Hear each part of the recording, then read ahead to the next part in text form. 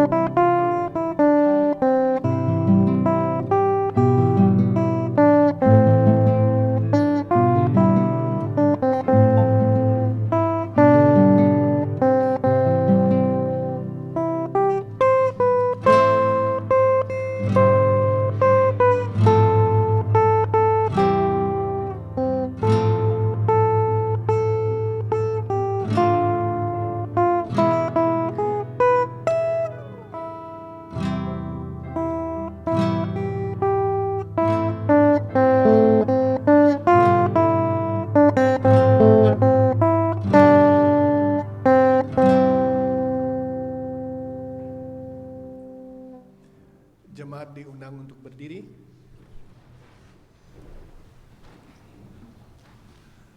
Pertolongan kita adalah dalam nama Tuhan yang menjadikan langit dan bumi, yang kasih setianya sampai selama-lamanya.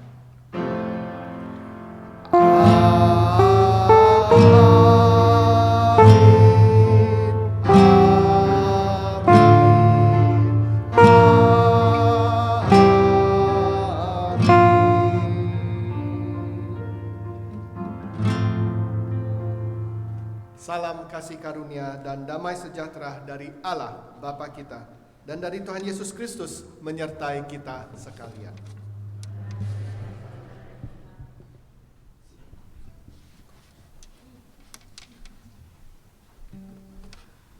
Shalom saudara-saudara, puji syukur kita bisa bertemu kembali di tempat ini. Kita mau memuji Tuhan.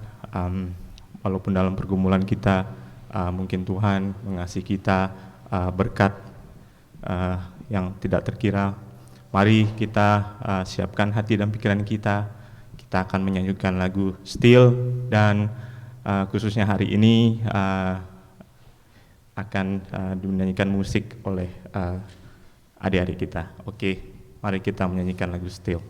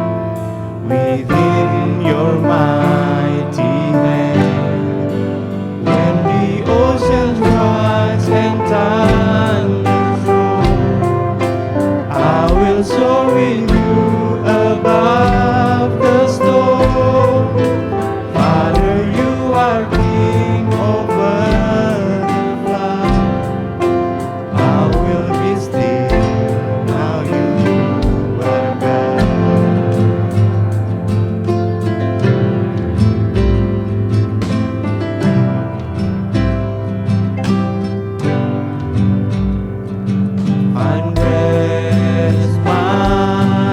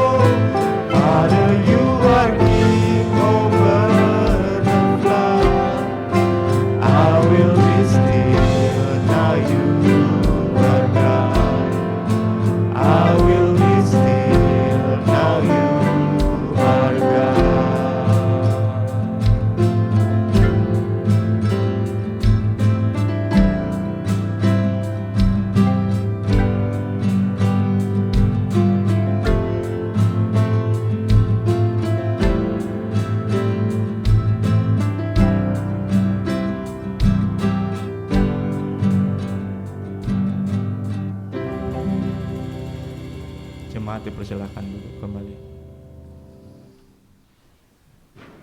Mari kita berdoa. Bapa kami di surga, kami ingin memberi syukur karena Engkau adalah Tuhan yang sungguh sangat mengasihi kami. Engkau melindungi kami seperti lagu yang tadi kami sudah nyanyikan. Walaupun ada badai di dalam kehidupan kami, ajarkan kami untuk diam di dalam hadirat-Mu dan tahu bahwa Engkau adalah Tuhan. Engkau adalah Tuhan yang mengasihi, Engkau adalah Tuhan yang melindungi, Engkau adalah Tuhan yang membimbing kami. Terima kasih Bapa, terima kasih. Ingatkan kami Bapa dalam segala situasi yang kami hadapi. Kalau kami memakai kekuatan Engkau, tidak ada satupun yang bisa mengalahkan kami. Karena Engkau adalah Tuhan yang Maha Kuasa. Bapa, terima kasih karena Engkau telah membawa kami ke tempat ini. Kiranya Roh Kudus-Mu mau bekerja di dalam setiap hati kami masing-masing yang hadir di dalam kebaktian ini secara fisik maupun yang mengikuti online. Kiranya Engkau boleh mengurapi kami satu persatu Bapa, berbicaralah kepada kami. Bapa, kami juga ingin memberi syukur karena Engkau selalu memberikan kami apa yang kami perlukan. Ingatkan kami Bapa bahwa Engkau memberikan yang terbaik untuk kami, dan itu tidak selalu sejajar dengan apa yang kami ingini, tapi Engkau memberikan yang terbaik bagi kami. Terima kasih Bapa, dan terima kasih juga Bapa untuk kehidupan yang kekal yang Engkau telah sediakan bagi kami yang percaya kepada anak-Mu Tuhan Yesus Kristus, Juru Selamat kami yang rela mati di kayu salib dan hidup kembali. Engkau bangkitkan Dia kembali pada hari ketiga. Dan karena itu kami tahu bahwa kami yang percaya kepada Tuhan Yesus juga akan diberikan kebangkitan, diberikan kehidupan yang kekal. Bapa, dalam kehidupan kami mengaku bahwa kami tidak sempurna. Seringkali kami melakukan hal-hal yang tidak sejalan dengan kehendak-Mu. Terima kasih Bapa karena Engkau telah berjanji, kalau kami datang dan mengaku akan dosa-dosa kami, maka Engkau akan mengampuninya. Terima kasih Bapa untuk janji-Mu itu. Kami panjatkan doa ini dalam nama anak-Mu, Tuhan Yesus Kristus, Juru Selamat kami. Amin.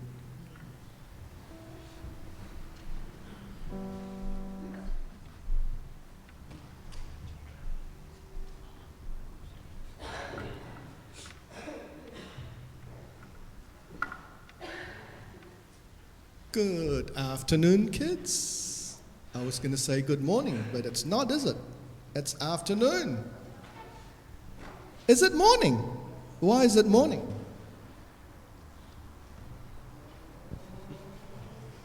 Because before it was nighttime, it's daytime now. It's not afternoon. Oh, so I'm wrong. It's not afternoon, you guys. Okay, this is still morning, all right? Okay, good morning, guys. All right, okay, never mind. Okay, now, tell me, if you want to measure something, how do you do that? Yeah? Ruler? You use a ruler. So, like this, yeah? Okay? But how do you know that this ruler is correct? How do you know? This might be wrong. Because there's numbers on it. It's got numbers. Well, let's see. This one doesn't have numbers on it. There's numbers there, and then it's disappeared. Oh, it's tricky, isn't it? How do you know? How do you know? Did you know that a long time ago, King Henry I sort of said, if you want to measure something, you measure it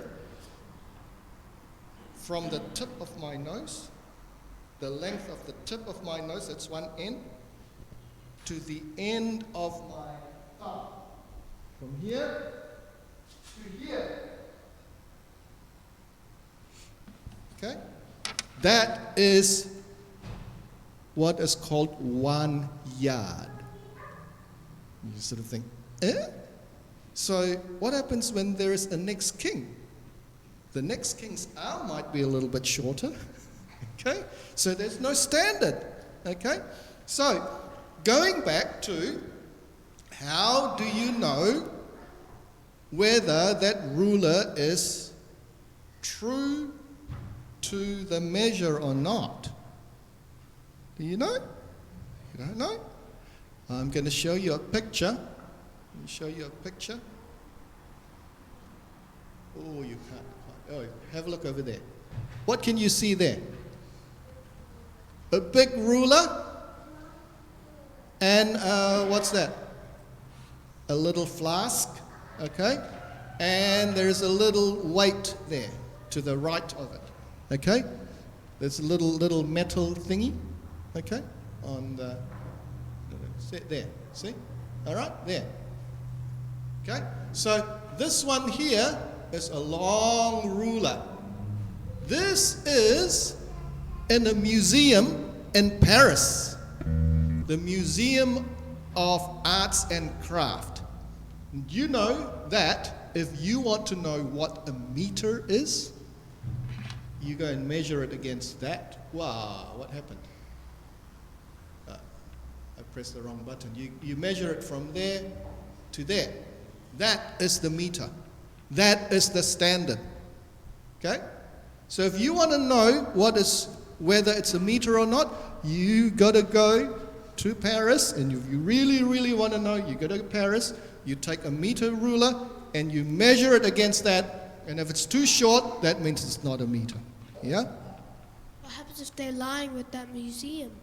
No, they don't lie with this museum, because this is the very first place where they say, this is a meter. So they decided, this long is a meter, and that's it. From now on, this is going to be a meter. Every time somebody wants to know what a meter is, they got to measure it against that. Okay? And so there is a fixed meter. All right? Not like between the tip of my nose and okay? All right? So that's how we measure a meter. Now, if I ask you, how would you know whether what we know about God is true or not? How do we measure it? How do we know? Who knows? So, for example, you know that Jesus is God, right? How do you know? The Bible, that's right. So, the Bible is the standard. You know, like that 1 meter long ruler, that is the standard. If you want to know what 1 meter is, you measure it against that. Okay? So if you want to know anything about God, whether it's true or not, you don't go to your bookshop and look at an encyclopedia. You look at the Bible. All right? So remember, you look at the Bible. This is the standard. This is how you measure whether what you know about God is true or not true. Okay? So that's why when you go to Sunday school, okay, you are taught what is in the Bible. And hopefully when you are bigger, you will also read the Bible yourselves so that you will know whether what you know about God is true or not. All right? So, I'm going to pray for you, and then you can go to your Sunday school classes. Okay? Let's pray. Heavenly Father, we thank you. We thank you that you have given us a Bible so that we can know what is true and what is not true. We pray, Lord, that you help us to always want to learn a little bit more about you through what you have written in the Bible. And Lord, as these children go to their Sunday school classes, we pray that you be with them and bless them so that they may be able to learn a little bit more about you. We pray for the Sunday school teachers, bless them and help them to know that you are there and that they may be able to teach well. We pray all these things in the name of Jesus Christ, our Lord and Savior. Amen. So the children and the teens can also go to their classes. I should have prayed for the teens as well, isn't it? But that's all right. Okay.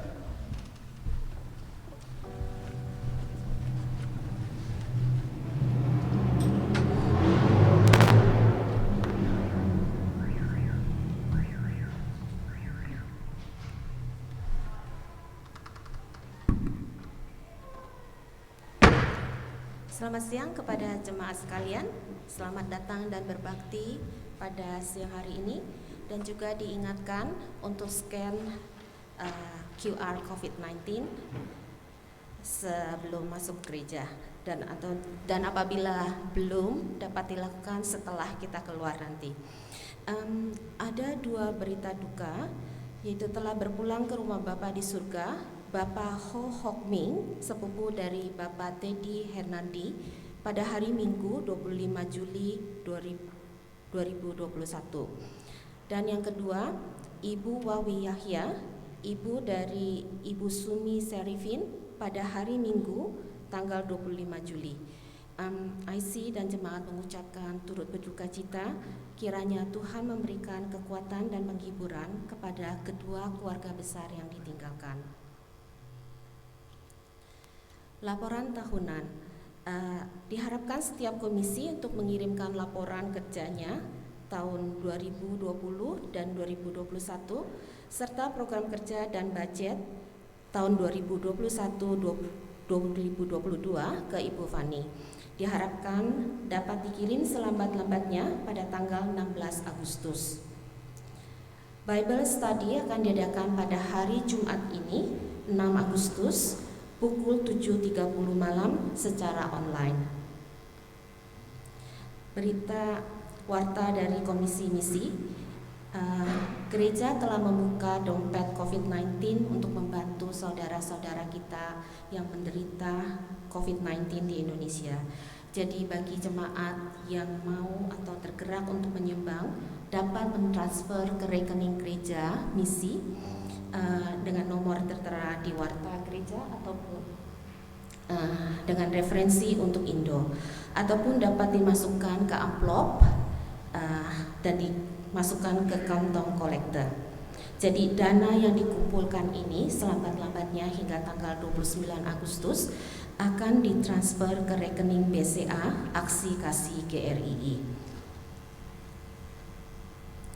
International Cuisine Dinner akan diadakan pada hari Sabtu 14 Agustus pukul 6 sore.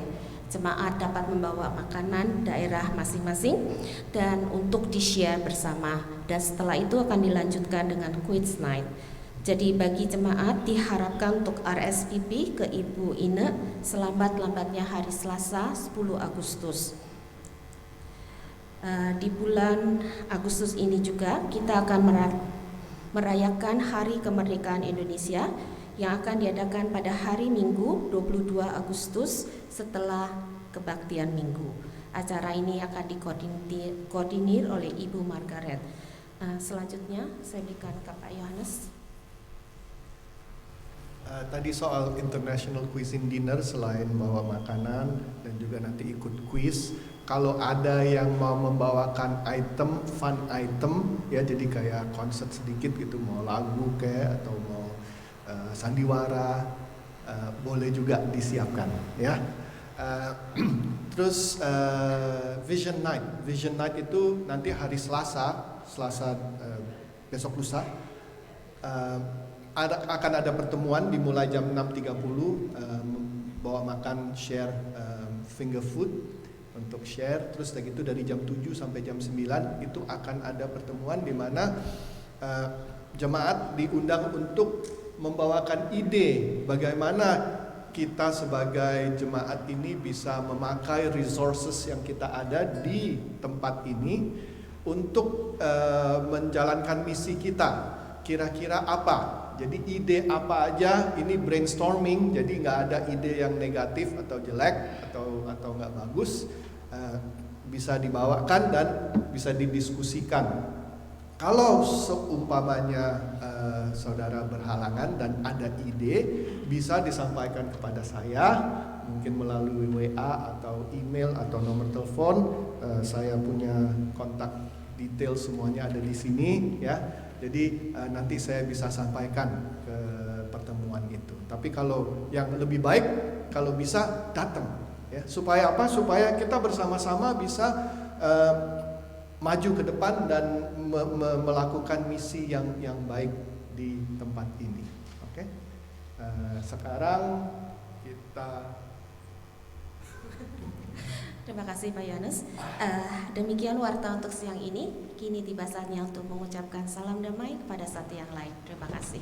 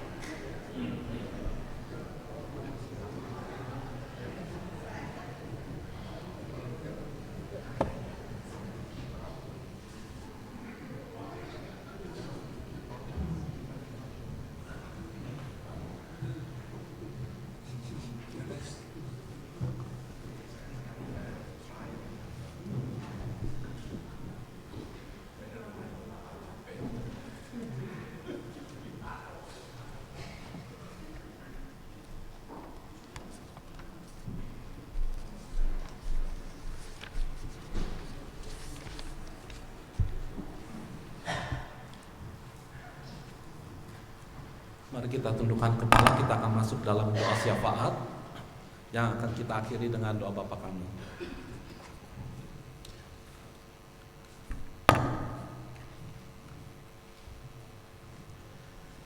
Tuhan Allah Bapa kami yang di surga, Bapa yang kami sembah di dalam Yesus Kristus, terima kasih Tuhan untuk siang hari ini, di mana kami boleh kembali berkumpul di tempat ini untuk memuji dan memuliakan nama-Mu. Tuhan, sucikan dan layakkanlah setiap hati kami untuk boleh dapat mengikuti kebaktian ini, baik secara langsung maupun secara online. Dan bukalah setiap mata hati kami ini Tuhan, sehingga pikiran kami hanya terfokus tertuju padamu saja. Tuhan, kami juga mau bersyukur untuk hari-hari yang boleh kami lalui sepanjang minggu ini. Kami berterima kasih untuk semua berkat-berkat yang sudah kami terima, baik itu dalam pekerjaan kami, dalam kehidupan keluarga kami, dalam kesehatan kami, dan juga dalam segala hal yang kami lakukan sehari-hari. Terima kasih untuk semuanya ini Tuhan. Dan kami juga ingin berdoa untuk jemaat-Mu yang saat ini tidak dapat hadir bersama-sama kami di sini. Mungkin mereka sedang sakit atau sedang menghadapi persoalan. Tuhan, kiranya Engkau boleh melawat mereka satu persatu.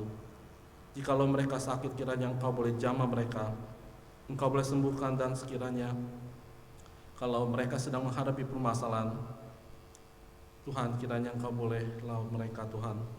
Tolonglah agar mereka boleh Engkau berikan jalan, sehingga mereka boleh mendapatkan kekuatan daripada Engkau untuk menghadapi persoalan-persoalan mereka ini. Tuhan, kami juga ingin berdoa untuk hamba-hamba-Mu yang melayani Engkau dimanapun mereka berada. Khususnya kami berdoa juga untuk hamba-Mu Bapak Pendeta Yohanes Swantika dan juga Reverend David William beserta keluarga mereka. Tuhan, berkatilah mereka, pakailah mereka sebagai alat untuk menyebarkan kebenaran firman-Mu dimanapun mereka berada, sehingga nantinya boleh banyak jiwa yang kembali kepada-Mu Tuhan. Tuhan, pada kesempatan ini kami juga ingin berdoa untuk keadaan dunia pada saat ini, di mana pandemi COVID-19 masih terus merajalela di mana-mana, dan Jumlah penderita pun terus bertambah setiap harinya. Tuhan, kami tidak tahu kapan hal ini akan berhenti. Tapi satu hal yang kami percaya Tuhan, bahwa Engkau mempunyai maksud yang indah di balik semuanya ini. Kami percaya bahwa saat ini kami sedang menghadapi satu proses untuk memperkuat iman kerohanian kami kepada Engkau. Kami hanya mau percaya bahwa hanya mujizat Engkau yang akan Engkau curahkan kepada setiap anak-anak-Mu yang memohon kepadamu. Dan kami juga terus berdoa untuk negara Indonesia yang saat ini sudah sangat kritis Tuhan. Kami mau berdoa untuk penyembuhan dan pemulihan atas bangsa Indonesia. Kami mau serahkan setiap saudara-saudara kami yang saat ini terpapar COVID-19. Kasihanilah mereka Tuhan, jamalah mereka satu persatu, dan Engkau sembuhkan mereka ya Tuhan. Dan kami juga berdoa untuk pemerintahan Indonesia dengan segala kebijakan-kebijakan sulit yang harus mereka putuskan dalam menekan lajunya COVID-19 ini. Kiranya Engkau berkati mereka yang ada di pemerintahan baik di daerah maupun di pusat, agar semua kebijakan boleh dijalankan dengan baik. Tuhan, kami juga mau berdoa untuk negara New Zealand, tempat di mana kami tinggal saat ini Tuhan. Kami sangat bersyukur di mana kami dapat hidup dengan tenang. Kami bisa beribadah bebas, kami bisa mendapat jenjang pendidikan dengan baik, dan juga meniti karir kami di negara yang indah dan damai ini. Tuhan, kami berdoa kiranya kami tidak terlena dengan semuanya ini Tuhan. Tapi ingatkanlah kami bahwa kami ada di tempat ini bukan semata-mata keinginan kami, tapi Engkau mendapatkan kami di sini agar kami bisa menjadi pelayan-pelayan-Mu dan saksi-saksi-Mu di lingkungan kehidupan kami. Khususnya untuk masyarakat New Zealand yang semakin hari semakin jauh dari Engkau Tuhan. Kami berdoa agar pemerintahan di sini, kebijakan-kebijakan yang dibuat dan dilaksanakan ini hanya boleh sesuai dengan kehendak-Mu Tuhan. Tuhan, terakhir kami juga ingin berdoa untuk para misioneri-misioneri yang bertugas mengabarkan kebenaran firman-Mu dimanapun mereka berada. Kiranya Engkau berkati kesehatan mereka, Engkau berikan kekuatan dan kesabaran dalam menjalankan tugas misi mereka, dan nantinya mereka boleh dapat memenangkan banyak jiwa untuk datang kepadamu Tuhan. Dan masih banyak lagi Tuhan hal-hal yang ingin kami sampaikan, tapi kami percaya bahwa Engkau telah mengetahui setiap kebutuhan dan pergumulan kami pribadi lepas pribadi. Kiranya Engkau sendiri yang boleh menyempurnakan dan mengabulkan segala permohonan kami ini sesuai dengan waktu dan kehendak-Mu saja Tuhan. Terima kasih ya Tuhan, kami kembalikan segala puji, hormat dan syukur kami hanya kepadamu, dan akan kami akhiri doa ini dengan doa yang telah Kau ajarkan kepada kami. Bapa kami yang di surga, dikuduskanlah nama-Mu, datanglah kerajaan-Mu, jadilah kehendak-Mu di bumi seperti di surga. Berikanlah kami pada hari ini makanan kami yang secukupnya, dan ampunilah kami akan kesalahan kami, seperti kami juga mengampuni orang lain yang bersalah kepada kami. Dan janganlah membawakan kami ke dalam pencobaan, tetapi lepaskanlah kami dari yang jahat, karena Engkau yang punya kerajaan dan kuasa dan kemuliaan sampai selama-lamanya. Amin.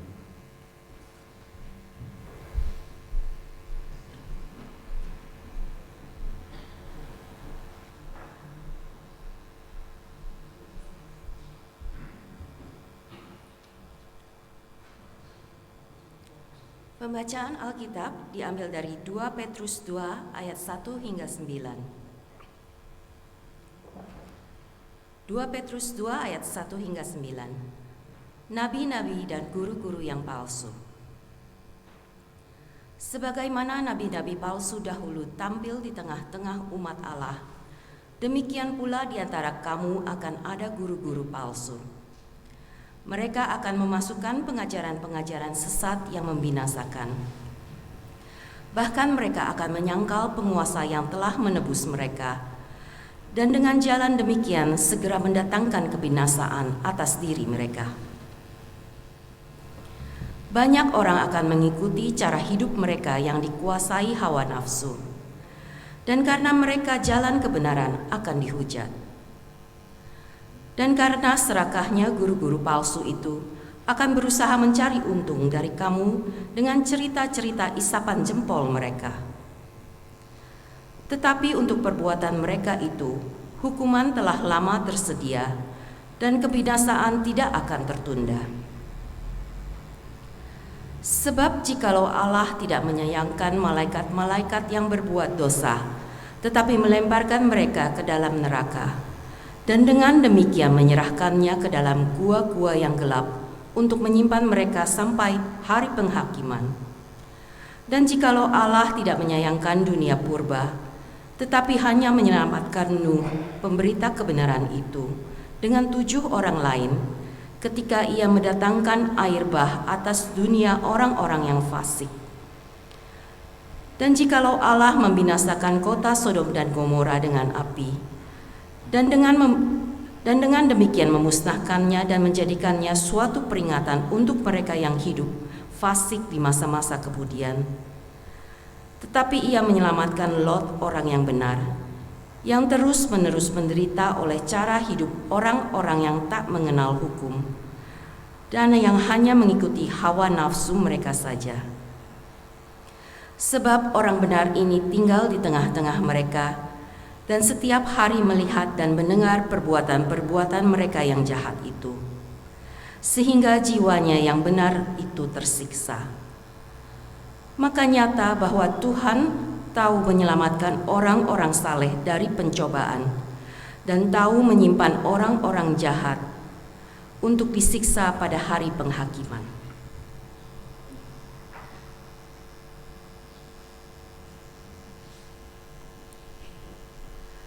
Demikianlah firman Tuhan. Yang berbahagia adalah mereka yang mendengarkan firman Allah dan yang melakukannya. Haleluya.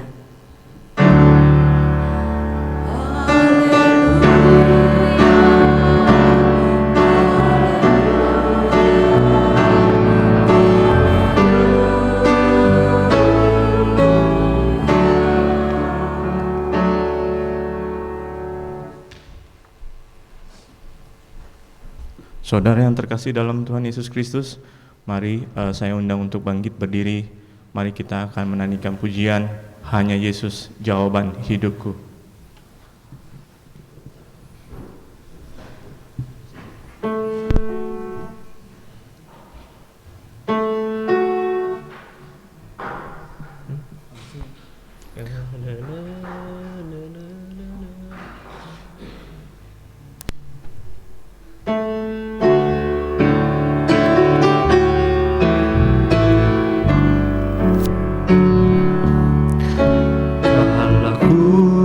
Cari damai hanya ku dapat dalam Yesus. Kalau ku cari ketenangan hanya ku temui di dalam Yesus. Tak satu pun dapat menghiburku, tak seorang pun dapat menolongku. Hanya Yesus jawaban hidup.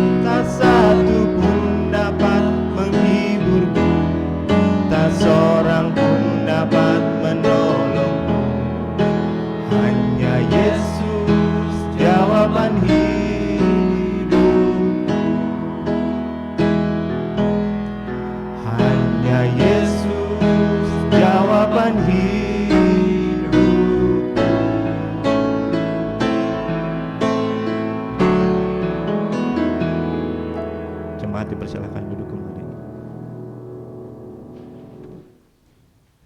Sebelum saya mulaikan khotbah ini, ada satu lagi notis warta.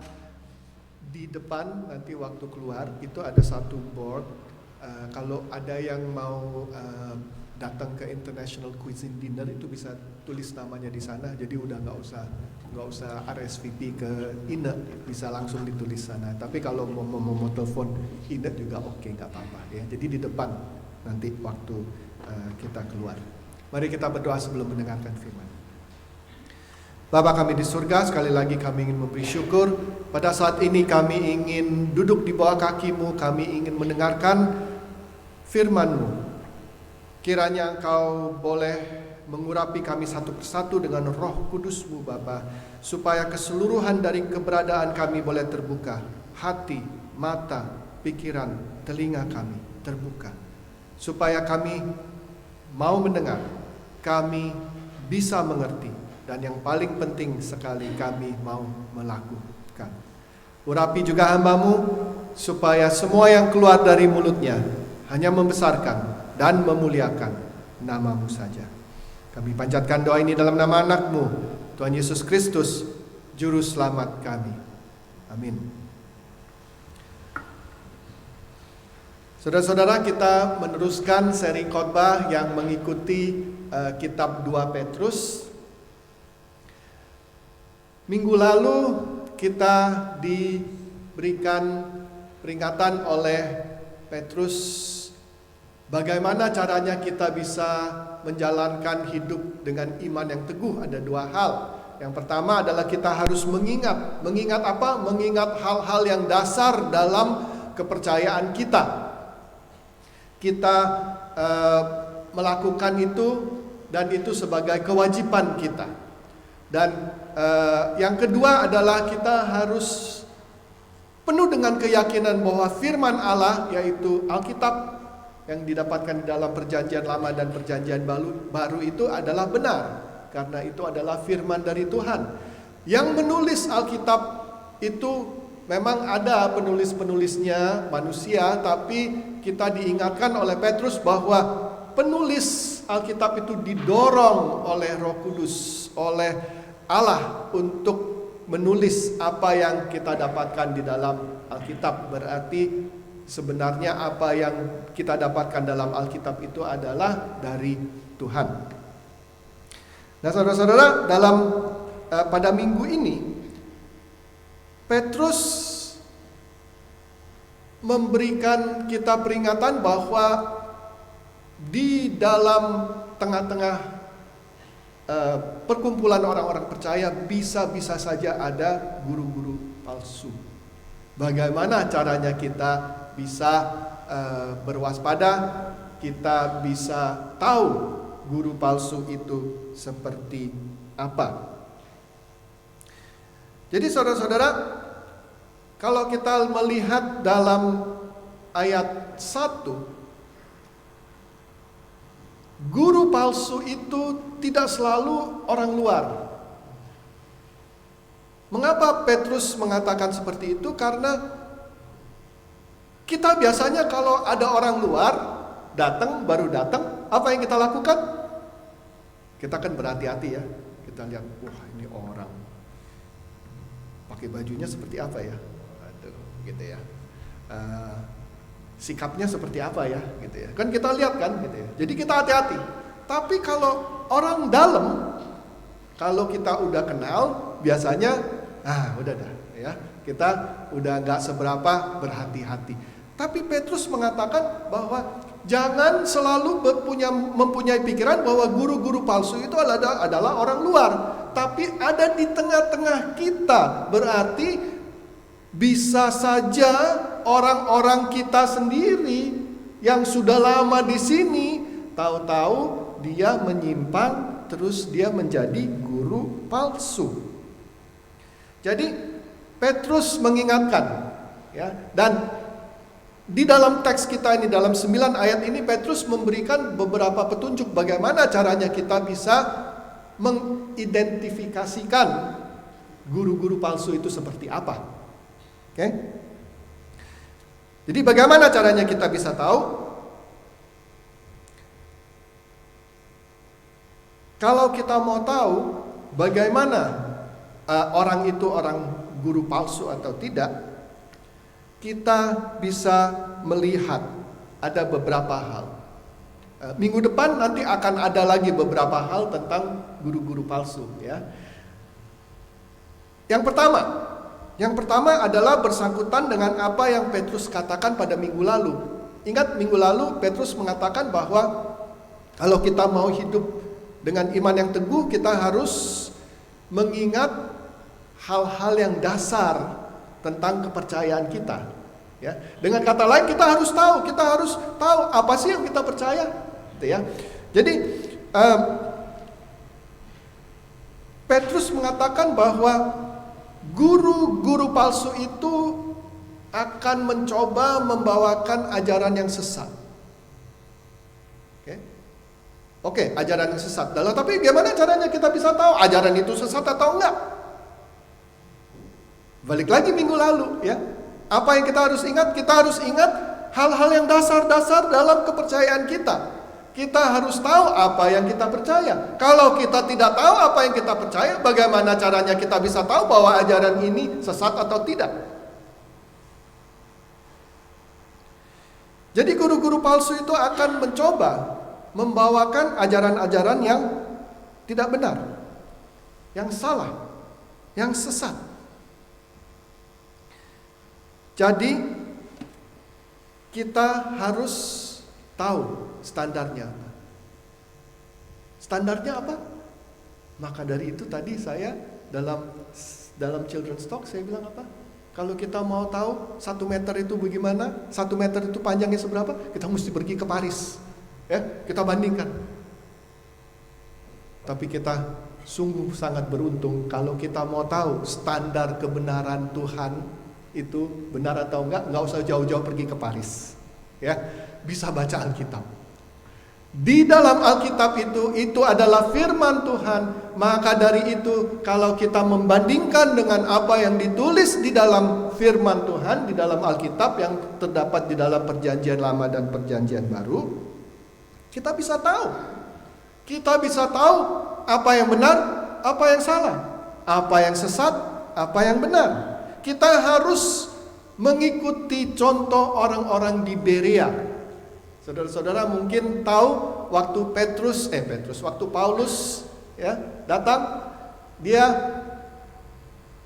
bertemu di Berea, dia mengatakan bahwa wah, orang-orang di Berea ini hebat.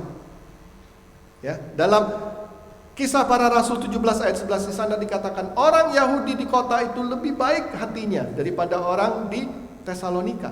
Karena apa? Karena mereka menerima firman itu, bukan hanya menerima, mereka menerima dengan segala kerelaan hati, dan setiap hari mereka menyelidiki kitab suci untuk mengetahui apakah semuanya itu benar. Demikian. Jadi kalau kita menerima, kalau kita mendapatkan satu ajaran, bahkan dari pendeta pun, jangan ditelan mentah-mentah. Jangan ditelan mentah-mentah. Dicek dulu. Maka dari itu setiap kali kalau saya bawakan firman, saya tunjukkan teksnya. Bukan saya mengada-ngada, saudara-saudara. Ini adalah teksnya. Nah, kalau kita mau tahu apakah ajaran ini sesat atau tidak, kita harus balik lagi pada standarnya. Standarnya apa? Standarnya bukan pendeta. Standarnya bukan penatua. Standarnya bukan guru. Standarnya adalah Alkitab, firman Tuhan. Itu standarnya.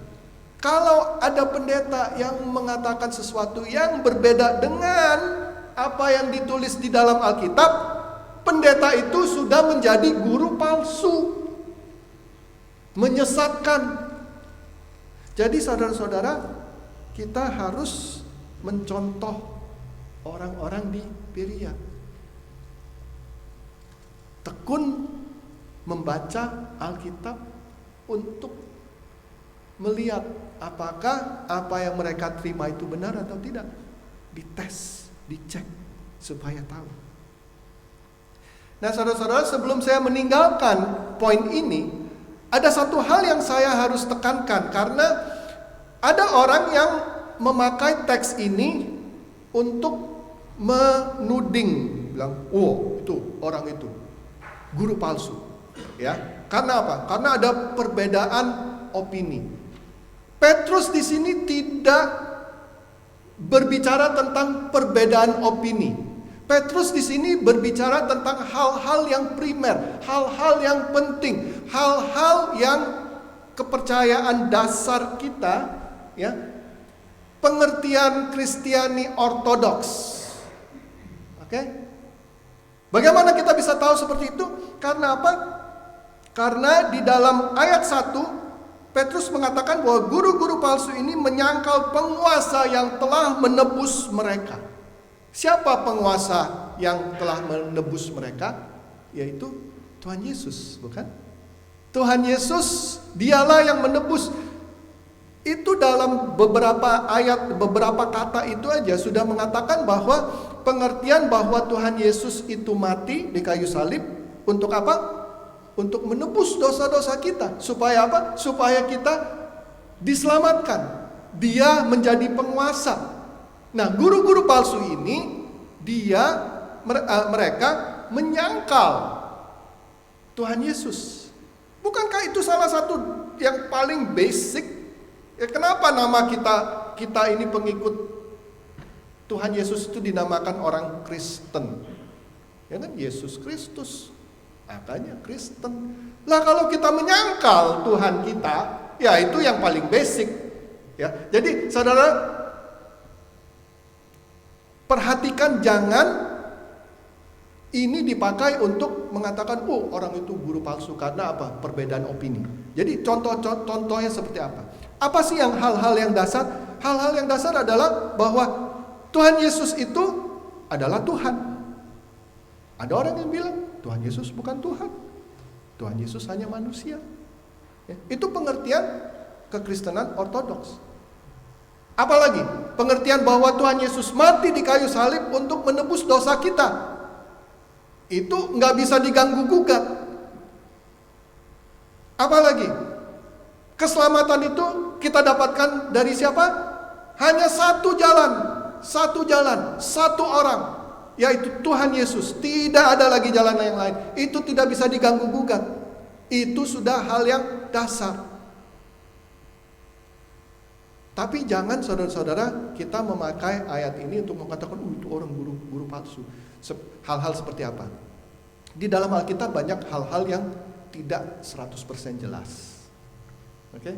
Pengertian seperti apa? Pengertian mungkin kalau kita di gereja Presbyterian, gereja GKI, banyak gereja Protestan Indonesia sudah nggak masalah lagi. Tapi kalau kita mundur kira-kira 100 tahun yang lalu, itu ada satu hal yang sangat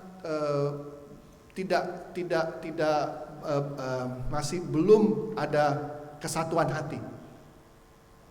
Kaum wanita itu boleh menjadi penatua atau pendeta atau enggak? Ya, bahkan sekarang masih ada gereja-gereja yang mengatakan nggak boleh, hanya orang laki. Ya, itu di dalam Alkitab nggak jelas.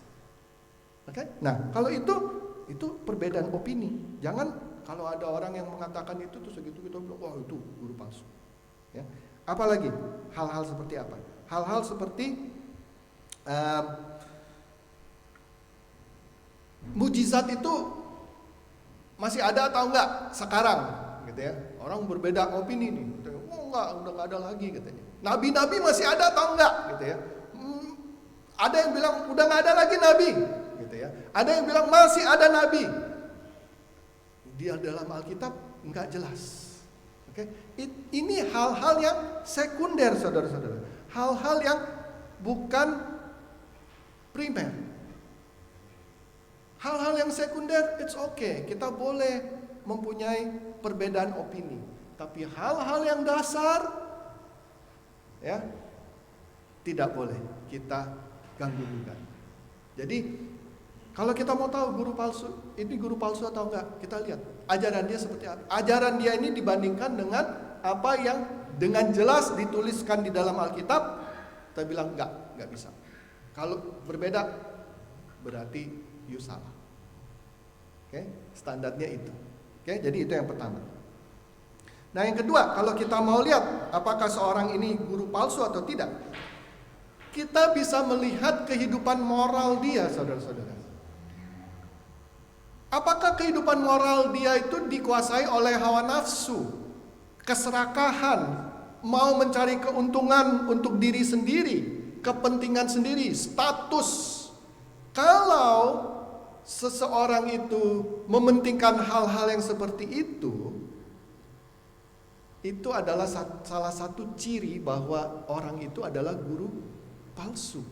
Kita lihat buahnya, saudara-saudara. Kita lihat apakah orang ini menyatukan atau memecahkan. Oke?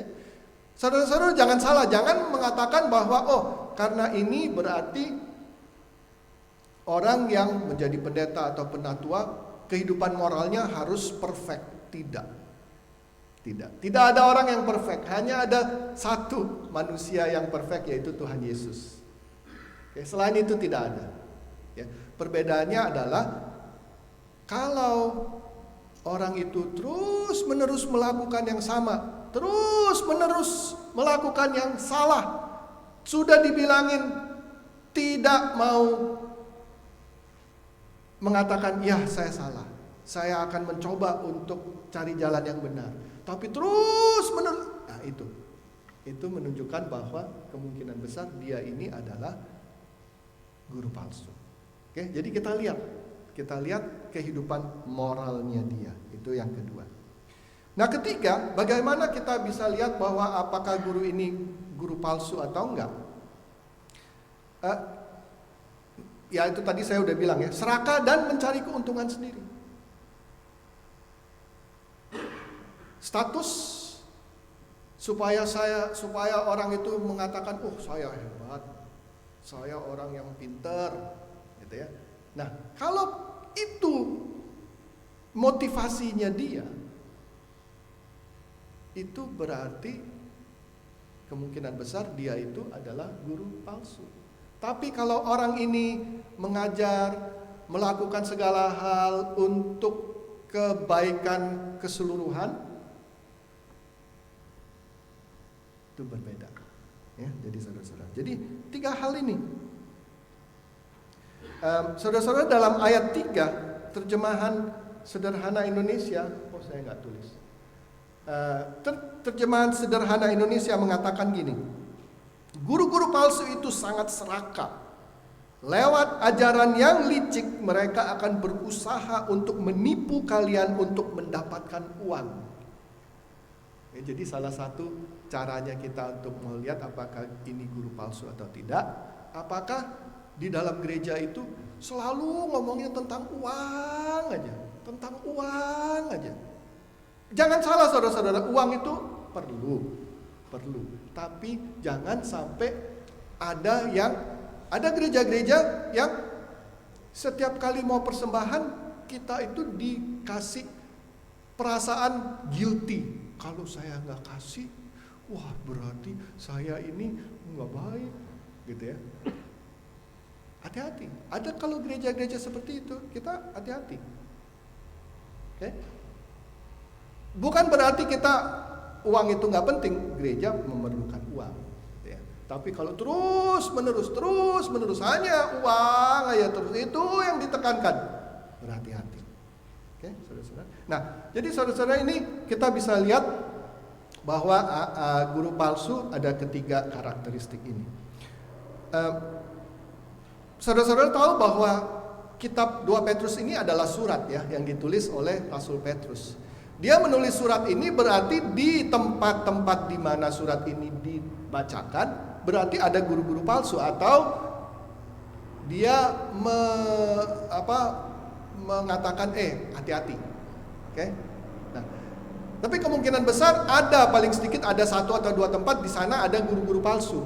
Nah, jadi maka dari itu Petrus menuliskan seperti itu. Nah, kalau kita perhatikan dari bagian 2 dari ayat teks kita, jadi berarti dari ayat 3 bagian 2 sampai ayat 9, Itu seolah-olah Petrus itu menjawab satu kritikan, ya. Orang guru-guru palsu itu mengatakan seperti ini. Mana gua ini guru palsu? Lah buktinya gua nggak dihukum sama Tuhan kok. Ya kan, Tuhan kan hukum orang yang salah. Tuhan kan hukum orang yang nggak benar. Lah kalau gua guru palsu, kan pasti dihukum dong sama Tuhan. Loh, buktinya gua nggak dihukum. Nah, dari ayat 3 bagian kedua sampai ayat 9, di sana Petrus seolah-olah menjawab kritikan itu. Ya, dan Petrus memberikan apa? Dalam ayat 3 dia bagian 2, dia mengatakan bahwa hukuman telah lama tersedia dan tidak akan tertunda. Oke? Tidak akan tertunda. Terus dari ayat 4 sampai ayat 9, Petrus memberikan contoh, 3 contoh. Ya, dia bilang, jangan main-main. Malaikat aja nggak dia, malaikat yang berbuat salah aja dihukum, apalagi manusia. Ya, contoh yang pertama kan, ya, dia bilang katanya, malaikat dihukum, disimpan sampai nanti waktu penghakiman. Oke, yang kedua, Nuh, orang-orang yang hidup waktu Nabi Nuh hidup, semuanya dibinasakan. Kenapa? Karena mereka jahat. Ya, karena mereka jahat. Jadi, terus yang ketiga adalah Lot. Lot itu hidup di Sodom dan Gomora. Sodom dan Gomora itu dihancurkan oleh api karena apa? Karena kehidupan mereka yang fasik. Nah, tapi saudara-saudara, yang menarik adalah di dalam contoh 2 dan 3 itu ada Nabi Nuh dan Lot yang diselamatkan. Yang diselamatkan. Kenyataan kehidupan kita ini adalah Tuhan tidak mengambil kita dari situasi yang mungkin ada guru palsu atau ada situasi yang tidak benar, ya. Dan sekarang kalau kita lihat, walaupun New Zealand ini adalah negara yang kita sungguh sangat diberkati, tapi tambah lama tambah kita lihat tambah sekuler. Sebenarnya bukan New Zealand aja, di mana-mana begitu juga, ya. Tuhan tidak bilang, "Oh, kasihan, ini anakku, tak ambil cerut gitu, dipisahin gitu." Enggak. Masih tetap Lot tinggal di Sodom dan Gomora, dan di teks ini dikatakan dia menderita setiap hari karena apa? Karena kejahatan orang itu. Tapi Tuhan menyelamatkan. Tuhan menyelamatkan Nuh dan Tuhan menyelamatkan Petrus. Jadi dengan kata lain dalam ayat 4 sampai ayat 9 ini Petrus mengatakan pasti guru palsu akan dihakimi. Dia akan dihukum. Satu saat akan dihukum. Ya. Jangan main-main sama Tuhan. Tuhan itu adalah Tuhan yang berkuasa. Oke? Nah, bagi kita yang mengikuti jalan yang benar, kita sengsara, kita menghadapi hal yang susah karena situasi makin lama semakin lebih sekuler, tidak mengenal Tuhan, malah menghujat Tuhan. Ingat bahwa Tuhan itu bisa menyelamatkan kita. Ya. Jadi kalau kita lihat di dalam terjemahan sederhana Indonesia ayat 9, di sana dikatakan bahwa dari ketiga contoh ini jelaslah bahwa Allah sangat mampu menyelamatkan orang yang saleh dari cobaan hidup mereka. Itu adalah satu janji, saudara-saudara. Tuhan tidak berjanji akan mengangkat kita dari situasi yang tidak enak, tuh dipindahin, udah gitu selamat. Enggak, masih tetap ada di sana. Tapi Tuhan akan menyelamatkan. Tuhan akan memberikan kekuatan. Tuhan akan membuat kita bisa menghadapi kalau kita pakai kekuatan Tuhan. Jadi saudara-saudara, walaupun ada kemungkinan ada guru-guru palsu, jangan kita merasa, aduh susah ya sebagai orang Kristen. Ya. hidup sebagai orang Kristen itu susah-susah gampang, ya, atau gampang-gampang susah, tergantung dah mau bagaimana. Ya. Susah-susah gampang, ya kalau saya bilang. Karena apa? Lebih banyak susahnya kalau boleh dibilang. Ya. Karena justru saudara-saudara, kalau kita lebih dekat sama Tuhan, di situ lebih banyak pencobaan, ya, lebih banyak susahnya kan. Ya, tapi ada gampangnya juga, karena apa? Kalau kita pakai kekuatan Tuhan, nggak ada kuasa-kuasa yang bisa mengalahkan. Kita selalu bisa menang. Jadi saudara-saudara, percayalah sama Tuhan. Oke? Berwaspadalah. Jangan kita tenang-tenang saja kalau ada ajaran, ya, bahkan dari mimbar pun dicek, dibaca. Setiap minggu saya kasih berikan ringkasan, dilihat. Oke? Didengerin. Kalau saya bilang ini ayat ini, dicatat, dilihat benar gak tuh? Tuh jangan-jangan salah. Ya. Bisa-bisa saya catatnya salah. Bisa-bisa saya menerjemahkannya salah. Mungkin. Ya, dicek. Sama-sama kita saling membangun, sama-sama kita saling supaya bisa lebih dekat lagi sama Tuhan. Jadi kita lihat, kita bandingkan ajaran, benar atau enggak? Bandingkan dengan apa? Dengan Alkitab, dengan pengertian-pengertian ortodoks gereja yang tidak bisa diganggu. Ya. Tapi jangan kita berantem-berantem sama orang. Kejelekan gereja Protestan itu sejak Martin Luther, kalau ada perbedaan opini, pecah. Ya. Nah udah dah, jadiin gereja sendiri dah. Udahlah, ada lu guru palsu tuh. Bikin lagi sendiri. Gitu. Dibikin lagi sendiri, jangan saudara. Ya, bukan itu yang Petrus maksud. Kita kalau mau tahu guru palsu itu seperti apa, kita lihat ajarannya apa. Kita lihat motivasi dia. Kita lihat kehidupan moralnya. Ya. Dan dalam segala situasi kita harus ingat bahwa Tuhan mampu, sangat mampu menyelamatkan kita yang hidup benar. Amin. Mari kita berdoa. Bapa kami di surga, terima kasih Bapa karena Engkau telah mengingatkan kami ada kemungkinan guru-guru palsu bisa ada di tengah-tengah kami. Terima kasih juga tapi Engkau telah memberikan kami Alkitab, yaitu firman-Mu. Dan kami bisa membandingkan ajaran-ajaran orang kepada standar itu yang diberikan oleh Engkau. Ajarkan kami untuk terus tekun membaca, mempelajari, mendalami, supaya kalau ada ajaran-ajaran yang diberikan, kami bisa tahu dengan jelas, ya ini benar, oh no ini salah. Kalau kami tekun membaca Alkitab firman-Mu, maka kami bisa melakukan itu. Terima kasih Bapa juga untuk janji-Mu di mana Engkau telah mengatakan bahwa Engkau akan menyelamatkan kami yang percaya. Terima kasih Bapa. Kami panjatkan doa ini dalam nama anak-Mu, Tuhan Yesus Kristus, Juru Selamat kami. Amin. Saudara-saudara, mari kita bersama-sama mengucapkan pengakuan iman rasuli. Mari kita berdiri. Aku percaya kepada Allah Bapa yang Maha Kuasa, Khalik langit dan bumi, dan kepada Yesus Kristus, anaknya yang tunggal Tuhan kita, yang dikandung dari Roh Kudus, lahir dari anak darah Maria, yang menderita sengsara di bawah pemerintahan Pontius Pilatus, disalibkan, mati dan dikuburkan, turun ke dalam kerajaan maut. Pada hari ketiga bangkit pula dari antara orang mati, naik ke surga, duduk di sebelah kanan Allah Bapa yang Maha Kuasa, dan akan datang dari sana untuk menghakimi orang yang hidup dan yang mati. Aku percaya kepada Roh Kudus, gereja yang kudus dan am, persekutuan orang kudus, pengampunan dosa, kebangkitan orang mati, dan hidup yang kekal. Amin.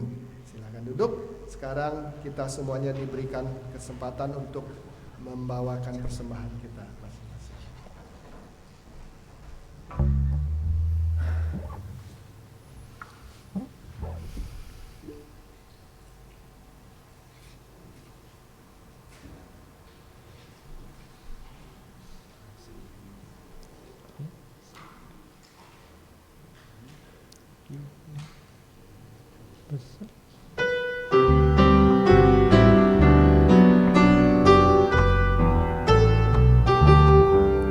Besarlah untungku jika Yesus milikku, bersuka jiwaku karena damai yang penuh.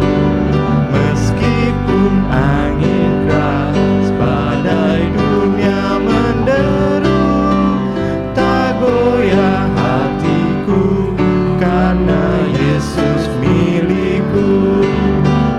Benar-benar besarlah untungku, benar-benar besarlah untungku, benar-benar besarlah untungku, ketika Yesus sungguhlah tetap milikku.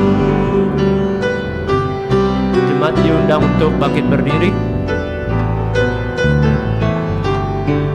Kendati tiadalah hartaku di dunia, hatiku tak resah, tak bersungguh berkesan, karena ku sungguh tahu jika Yesus milikku, tak sia-sialah segenap usahaku. Benar-benar besarlah untungku, benar-benar besarlah untungku, benar-benar besarlah untungku, ketika Yesus sungguhlah tetap milikku. Mari kita berdoa. Bapa kami di surga, terima kasih Bapa untuk segala pemberian-Mu yang kami terima dari Engkau. Pada saat ini kami ingin membawakan sebagian dari apa yang Kau telah berikan kepada kami, apa yang kami bawakan pada siang hari ini dan juga yang sudah dimasukkan ke dalam bank account gereja secara otomatis. Kiranya Engkau mau menerima, Kau mau menguduskan, dan Kau mau memakai untuk kebesaran dan kemuliaan nama-Mu saja. Kami panjatkan doa ini dalam nama anak-Mu, Tuhan Yesus Kristus, Juru Selamat kami. Amin. Saudara yang terkasih, sebelum kita menutup kebaktian ini,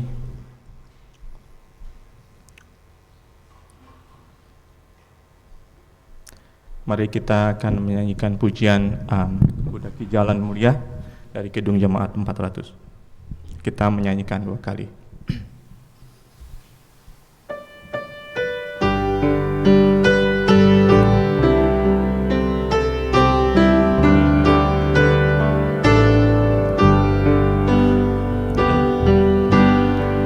Kudaki jalan mulia, tetap doaku inilah, ke tempat tinggi dan teguh, Tuhan mantapkan langkahku.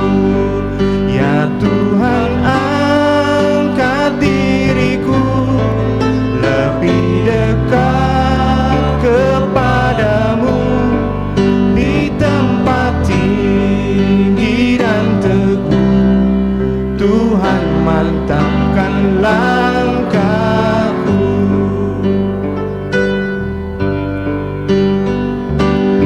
Jalan mulia, tetap doaku inilah, ke tempat tinggi dan teguh, Tuhan mantapkan langkahku. Ya Tuhan, angkat diriku lebih dekat kepadamu, ke tempat tinggi dan teguh, Tuhan mantapkan langkahku. Ya Tuhan, ya Tuhan,